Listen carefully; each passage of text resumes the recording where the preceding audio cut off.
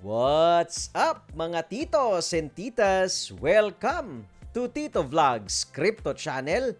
Ngayong gabi, ito naman, si VJ naman ang breaking out sa kanyang recent high.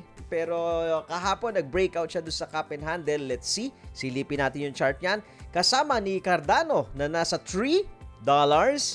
Si Ethereum, balikan din natin, nasa 3.7 na yan. Dollars din. Bitcoin, syempre, hindi mawawala. At meron tayong isang ichichingit lang, breakout din to, VRA. Let's have a short prayer bago po tayo magsimula. Dear Lord, we praise and glorify you for your faithfulness and provision. We ask you to bless us and guide us as we explore this exciting world of cryptocurrencies. All this we ask in Jesus' name. Amen, amen, amen. Mga titos and titas, baka po naligaw lang kayo dito sa Tito Vlogs Crypto Channel. Opo. Ito ho ay channel tungkol sa cryptocurrencies. Pangalawang channel na natin to. Dito dinidiscuss natin yung mga cryptos. Pinagkukwentuhan natin. Paggabi, technical outlook po tayo. Pag umaga, live stream. Live ang tambayan natin pag umaga. Kaya pag magustuhan nyo itong channel natin, itong tambayan, nag-enjoy kayo, click the subscribe button at isama po ninyo yung all sa notification bell. Dahil nga, para bukas ng umaga, Monday to Friday, 10:45 to 12 p.m. 10:45 a.m. to 12 p.m. nagkakaroon tayo ng live stream. Doon po, pwede nyong ipasilip yung mga coins na inaalkansya ninyo at pwede rin ho kayo magtanong kung medyo nag-i-start pa lang kayo dito. Marami hong tutulong sa inyo na tambay dito sa journey nyo. Kaya kalimutang i-click yung subscribe button. Silipin natin, diretso na mga titos and titas. Teka muna bago tayo dumiretso. Yung like button, pwede nyo pindutin yan. Kasi dito sa tambayan, meron mga Team Auto-like. Yan. Meron din pong Team Replay Bombers, nanonood ng replay ng mga lives natin. Team NASA. Hindi yan yung mga pumupunta sa muna. Mga coins lang ang pumupunta, wala sumasamang tao. NASA, no skip ads. Yan, NSA, mga titos and titas. At syempre, kung gusto nyo nasa front seat kayo ng tambayan natin, pwede rin po. Ayan, patreon.com/TitoVlogs. Kung gusto nyo lang supportahan itong tambayan natin, pwede ho kayong pumunta dyan sa exclusive community natin, patreon.com/TitoVlogs. Yun. Eto na, B-Chain. Eto, maganda sa B-Chain mga titos and titas. No? Breakout tayo, cup and handle yesterday. Ngayon, we're trying to break yung recent high. So, ang tanong, kakayanin ba? Makikita natin bukas pagising, matulog na muna tayo. Kung tutuluyan po yan, eventually magko-cross na to MACD. Okay, so magkakaroon ng momentum yan to go up. Okay, tingnan natin, tingin tayo ng clue sa 4 hour. Posible ba? Let's see. Hindi natin masabi pa, no? Yan po, no? Kasi yung 4 hour niya naka-take off Naka-take off yung 4 hour. Yun nga lang, pwede kasi mag-correcto anytime, no? Lalo na nag-iiba yung kulay ng MACD, nagiging light green, Kung tutuloy po ito, doon muna tayo sa tutuloy. No? Yun naman, may target naman tayo ng cup and handle which is itong 20 area, ETNEB. No? Baka VChain might do something similar sa run po na to, yung paakyat na to. Yan. Which he did nung umakyat siya, parang nag-letter V siya na maliit, nag-conso sandali, tapos nag-run dyan. Okay. So, posible po niyang gawin yan. Especially, syempre, pagka kinross to. Ngayon, tignan natin, ito isang gusto kong i-highlight po dito sa VChain, mga titos and titas. Bago ko pala i-highlight yan, dali lang. Papaalala lang po ni Tito, syempre, itong programa natin ay rated KKBB para sa mga bago. Ano ba yan? KKBB po is kanya-kanyang bili at benta, Hindi po ito recommendation to buy, to sell, or to hold, mga titos and titas. So, hindi ho yan financial advice. Kailangan nyo pong mag-aralin din kahit papano. Ito ho ay guide lang, So, inalis ko na yung mga dinrawing ko, yung subjective na drawing kasi tayo lang ang gumagawa, Tao gumagawa, Ngayon, titignan natin ano yung drawing ng computer. Without any bias, para mawala yung bias natin. Itong mga linya po na to, mga titos and titas, inaantay nating mag-Adidas. So, kung madalas kayo nakatambay dito, Umattend kayo ng webinar, maiintindihan nyo ano ibig sabihin ng mga linya na yan.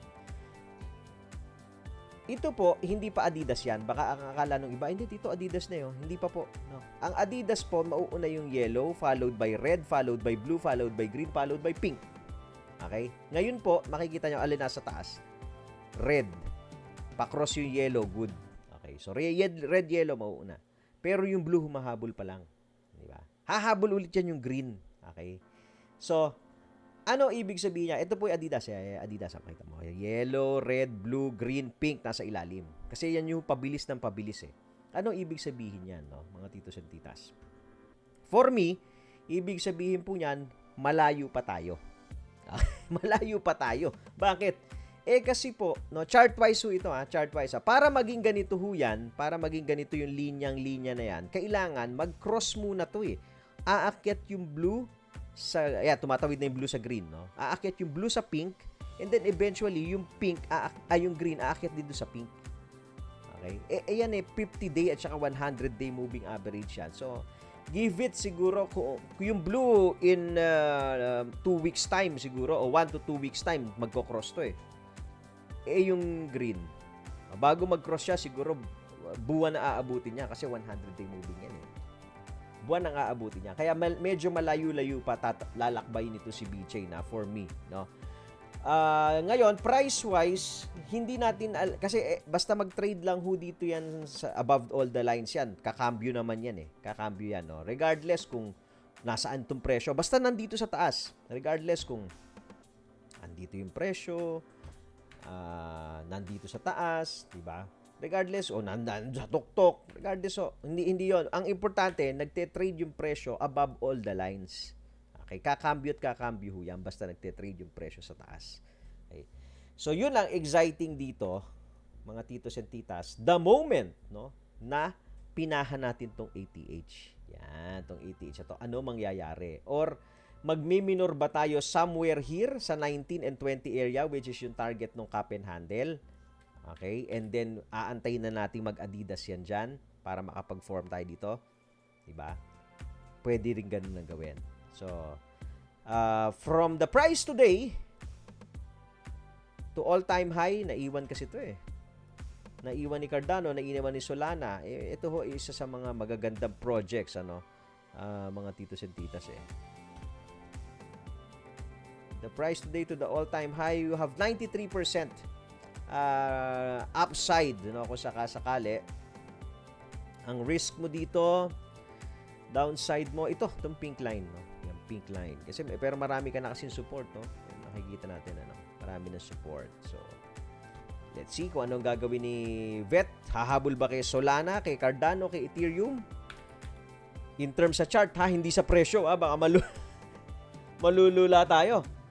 Pagka sa presyo humabol yan in terms sa chart kasi naiwan po siya. 93% siya from its high.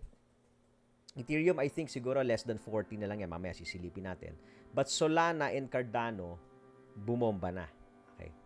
So si Cardano, silipin natin. $3 na tayo. $3. So currently po, si Cardano, meron lang tayong dinrowing dito na uptrend na resistance, no? Na rising resistance. Parallel line sa taas. So, ito po yan. Kaya, alisin ko na ito. Yan. So, right now, nauuntog po doon. Yan. Just sa channel na yan.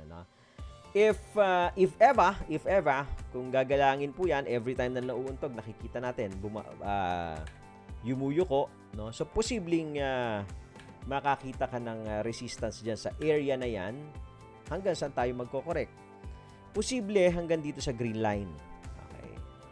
Ngayon, posible bang mag-breakout? Posible rin. Why not? No? Pero malapit na yung target ng cup and handle. 328. Abutin tayo ng 328. Okay, so, posibleng i-break din yan. Posible bang lagpasin yung 328? Posible kung may momentum. Kung meron pa ba. Diba? Kasi baka mamaya nag-rotate na yung funds eh. But let's see. Medyo malayo na inakyat eh. From halos 200% na to in lakas ni Cardano. Ganito talaga si Cardano. Halos 200% in 46 days, in 1.5 months, di ba? 200% si Cardano. So, let's see. Ngayon, mag-iiba na ugali. Hahanap tayo ng panibagong ugali once binrake po ito. Especially itong 325, 328 area. No? Pagka binrake yan, hanap tayo ng panibagong ugali. Ito. Overshoot. Posible po ito overshoot, ha? Kung ibe-break, palagay ko ibe-break. Ito po yung halos same pattern, eh. Untog, break, bomba. Correct. Okay? So, ito. Untog, diba? Ito, ang daming untog. Diba? So, pwede niya i-break bomba bago tayo makakaramdam ng correction. Tignan na lang natin kung saan babagsak. Depende yan, eh. Let's see kung gaano kataas muna. No? Pwede naman natin bantayan yan si Cardano. Pero mukhang meron pang leg, no? Baka posible magkaroon pa ng leg upside. Adidas na ba tayo? Yan, sinasabi natin Adidas. Yellow, red, blue. Tama-tama yung arrangement. Green and pink, no? So, maganda na yung forma. Kumbaga, syempre, naka-Adidas, eh. Yan po si Cardano. Silipin natin si Ethereum. Ethereum ay currently, kahapon po ito nag-breakout. Sabi, yung kinukwento ko sa inyo, naiwan, nagtawag pa, tinawag si Vet. Si Vet dumiretso pa. Siya medyo nagko-correct na, mga titos and titas. So, red candle tayo today kay Ethereum. Pero kahapon, nung nire-review natin, natatandaan ko, hindi pa tayo lumalakpas dito sa green line. Ito pa lang yung kandila kahapon. Nandito pala somewhere dyan. Ngayon ay maganda yung performance niya kasi lumakpas tayo sa green. Kahapon hindi pa nagko-cross ito. Yan. So, ngayon ay nag-cross na tayo. Kahapon hindi pa natin nakita nung review natin. Ngayon ay finally nag-cross. So, kaninang umaga nag-cross na tayo. So, similar to VeChain, halos parehas so sila ng chart, di ba? Halos parehas. Mas malayo lang yung ATH ni VeChain. So, ilang exciting pagka bumomba si Ethereum. 13% na lang tayo, ha, to our high. Gusto kong i-highlight dito yung breakout nito, eh. Kasi bulubulapbap talaga. Ito. Nung nag-breakout ito si Ethereum, mga titos and titas. Nako. Saan ang breakout nito? Ito na lang, dito na lang natin kunin. Itong breakout na lang na to. No, yan. Yung 19,200 area. Kasi nung November, December, Ethereum was just trading at $630. It went up to $2,000 and then it corrected. No, letter W. Okay, parang may kamuka. Ayun, W, eh. Ayun, parang Tito Wilson datingan, eh, di ba? So W, di ba? After that, na-break, mga titos and titas, no, na-break ito, actually yan, na-break yung 2,000, ilang percent ang inakyat? Nagdoble pa yata ito, from that price, eh. Nung na-break yung all-time high, we went up 100, no? 112%. Okay? So, kung mabe-break natin yung kung kukunin ko tong W, kung break, kaso hindi sila. Sige, granting na lang, no? Kung kukunin natin do sa breakout sa W and we will chart it 100%, we'll compute yung 100%.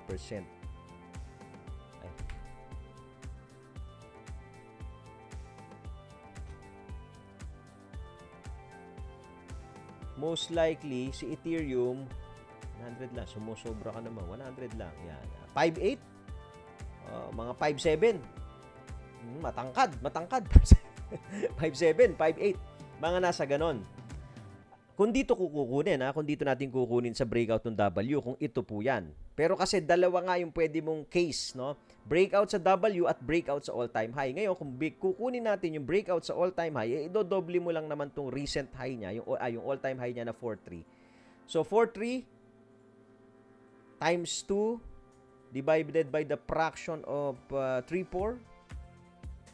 Ayun, tama. Layo. Ang layo na inabot. Nasa 8,600, most likely. 8,000 kung madodoble tayo. Kung conservatively, kalahati lang, 50% from the recent high, so most likely mga 6,000 something. Yun. Kung kalahati lang, conservatively, mga 6,300 Ethereum, no, after the breakout ng all-time high. So tanong, mabibreak ba yung all-time high? Kaya nga ito po yung lagi natin dito dinidiscuss sa tambayan, no? Yung practical analysis, mga titos and titas, no? So tingnan niyo po yung mga ginawa din ng mga ibang coins. Yan, para makapag-decide kayo, kaya ba niya i-break? O baka naman hindi kaya i-break yan, tito. So analyze niyo po yung mga nasa pali-paligid, yung practical analysis. Ano? Kung gusto niyo pong i-trade ito si Ethereum, mga titos and titas, ito maganda. May dalawa kayong option. Hindi, tatlo yan. Dalawa lang. Dalawa. Dalawang option po kayo. Una po, pwede ho sa local. Kung naghahanap kayo ng local exchange, pwede ho sa PDAX. Type nyo lang pag nag-register kayo. Tito Vlogs. Yun. Doon sa referral code. Makakakuha kayo ng 50 peso worth of BTC pag nag-register kayo. Gamit yung link natin. Wala pa sigurong 5 minutes tapos naka-register kayo. Ganong kabilis sa PDAX. Kung medyo sanay naman na kayo sa trading at wala pa kayong account sa Binance, meron din tayo. Pwede nyo gamitin yung link natin sa Binance, referral link natin sa Binance, para naman magkaroon kayo ng 10% rebate sa kada commissions ng trades ninyo. Pagka nalaman po nila na kayo ay tambay, you're going to get 10% rebate sa mga commissions po ng trade ninyo. Yan po sa Binance. Ethereum. So, yan ha. Si BTC. Ito, medyo napagitnaan si Bitcoin eh. Pumi-50K na to kanina eh. Kailangan ng tuluyan ni Bitcoin to. Ito kaninang umaga, yung kinidiscuss natin on live. Kaya po maganda rin kung nakasubscribe kayo, panoorin nyo rin po yung live. Kahit replay na lang. Hindi na live yun. Replay. Panoorin nyo po yung replay ng live. So, ito ho ay may konso na dito sa area na to eh. No? So, may strong support tayo dito sa 200 MA, around 46K area. And we are seeing a resistance doon sa 50K. Ngayon, sino na lang unang bibigay dyan? No? Pag itong 50K, nahirapan na naman to, retest ka na naman ng 46. Okay? Ganun lang naman eh. 50K na may box eh. Hindi nadali. Retest tayo 46. Okay, so yan po, di ba? Baba ka ngayon ng 46. Magaganyan-ganyan tayo. Tuloy-tuloy yung alt season natin kung may alts ho kayo, di ba? So yon. Until mag-decide kung bababa or aakyat. Kung aakyat siya, magko-cross tong MACD. Ito kasi wala pa eh. Wala pa. Hindi pa siya pa-cross. No? Siguro mga ilang araw pa to. Wag lang tayo ipe-fake out similar to this. Kinross pero hindi tinuloy, binabarin. Pwede kasing ganun lang din gawin tapos ibababa. So, most likely, we'll see a consolidation. May okay. Ito po pala yun. Kunin ko nga to. At least nagkaliwanag. Ba't nagko-conso? May conso ba dito sa area na yan? Meron nga po. May conso kasi tayo dyan dati. 46, di ba? 46 to 50 area. Hanggang kailan? Bago binrake. Kopyahin na lang natin yan. Copy-paste. Yun. Ayan. Pwede na yan. As reference. Sumakto pa doon sa guhit ko. As reference, pwede na po yan. September 17. Kung gagayahin ho ito, ha. Kasi may conso tayo dito sa area na yan, eh. Kung gusto mong igsian, pwede rin naman. Kasi ito yung conso niya. Nag-correct na, eh. So, pwede rin naman yan. Why not? Kaya dito sa crypto, dapat open-minded ka. Titignan mo lahat ng, titignan mo lahat ng pwedeng options, eh. Hindi pwedeng ikaw ang magaling. Dahil nakikisakay lang naman tayo, no?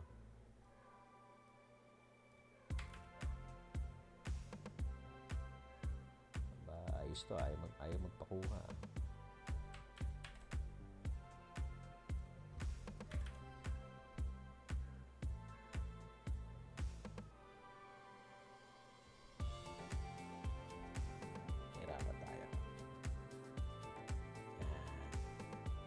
Tayong china-challenge na masyado maliit eh.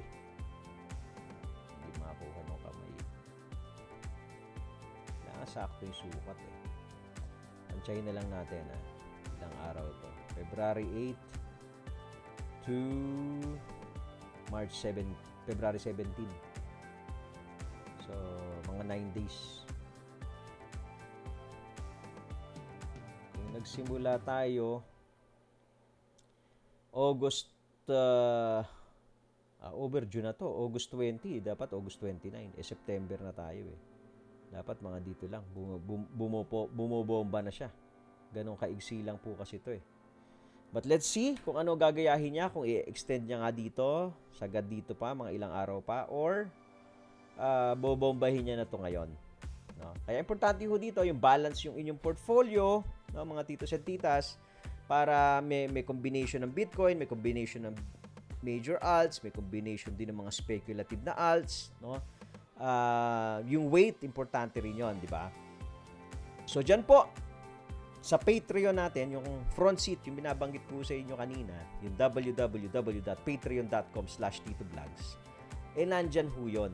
No? Tinuturo natin kung paano properly mag-allocate ng positions ninyo dun sa mga coins na po pwede. No? So, importante yung position sizing. Kasi once we go up, which we are doing it now, di ba? Umaakyat na eh. Hindi ka na ngayon masyadong lilikot-likot, lilinga-linga, bebenta ko ba to? Diba? Kukunin ko na ba tong profit? Lilipat ko ba dito? Hindi ka patalon-talon. Kasi eventually, kung hindi naman kayo marunong mag-trade, umaakyat na ho ito, naiwan na kayo. Kasi lipat ng lipat.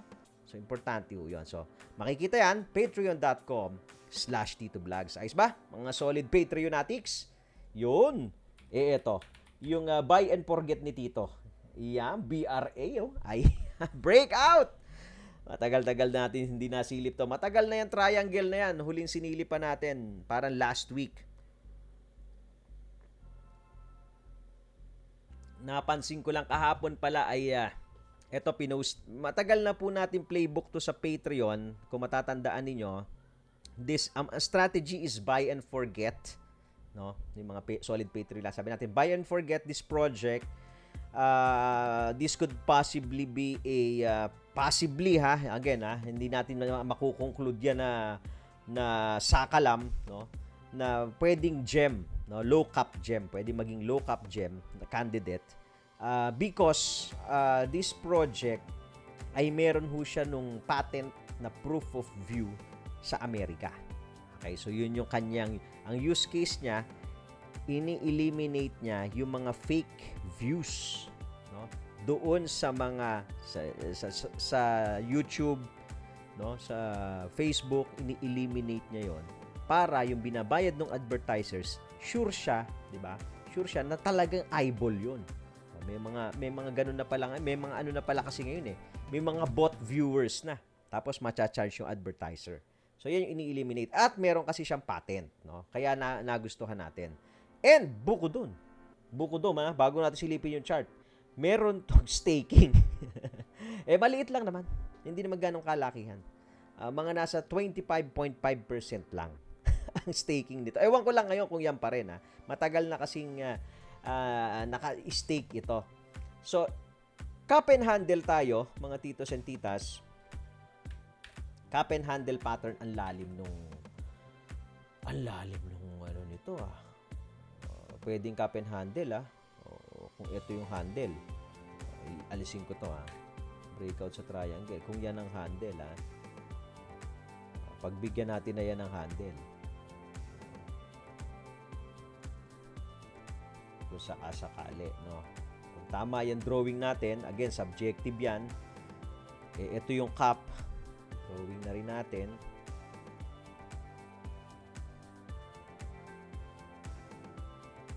Lalim nito. Ito ho ay teka muna. Yan. So yung breakout point, lalagay natin yung dulo. Yun, ito. 63 ang pwede maging target. Nito po, mga titos at titas. Ito ho ay wala sa Binance, nasa KuCoin naman ito. Meron din tayong referral link sa KuCoin kung gusto niyo mag-trade sa KuCoin. Nandyan din ho sa description ng video na to So, yan ang pwede maging target. But, ultimately, we need to take out yung all-time high muna. Ano ba ito? 56 yata all-time high. Ayun, sabi ko na. 56 ang all-time high. Ultimately, we need to take that out, no? Hanggat hindi na take out yan, so may mga trades tayo dyan. So, pwedeng may leg tayo pa akyat. Dyan muna. Resistance muna natin yung 56 dito sa VRA, no? MACD-wise, ayun. Kita nyo, hindi tumagos. bumubuelo. RSI, ang overheat nasa 90, nasa ano na ba tayo ngayon? 70 pa lang tayo. So there's still room, no? For me, there's still room. Pero papaalala ni Tito ha, KKBB pa rin ha. No bodega, no bomba. And probably ito. Teka muna ha. Teka muna. Tingnan niyo po ito, no. So nilinis ko na yung drawing. Pa-Adidas pa lang din to, no. Yung kaya sinasabi natin pa-Adidas kasi yellow, red, yung blue yung kasunod eh. Kaso yung blue paakyat pa lang. Yung green paakyat pa lang din. So medyo parang similar to V-chain. 'Di ba yung chart? Ito yan, Adidas na yan, no. Maganda na yung forma. Parang something similar dito sa yung ginagawa, no? Pump, correct. Rounded bottom. Touch, yellow. Bomba. Okay. Pump, correct. Touch, yellow. Alas rounded bottom. Let's see kung magpapump, ha. Hindi pa natin masasabi, ha. Medyo bumoporma. So, if ever magpapump, may correction ka pa palang isa. May correction ka. Touch, yellow. Ito. So, baka nandito tayo most likely. Nandito tayo sa area na to ngayon.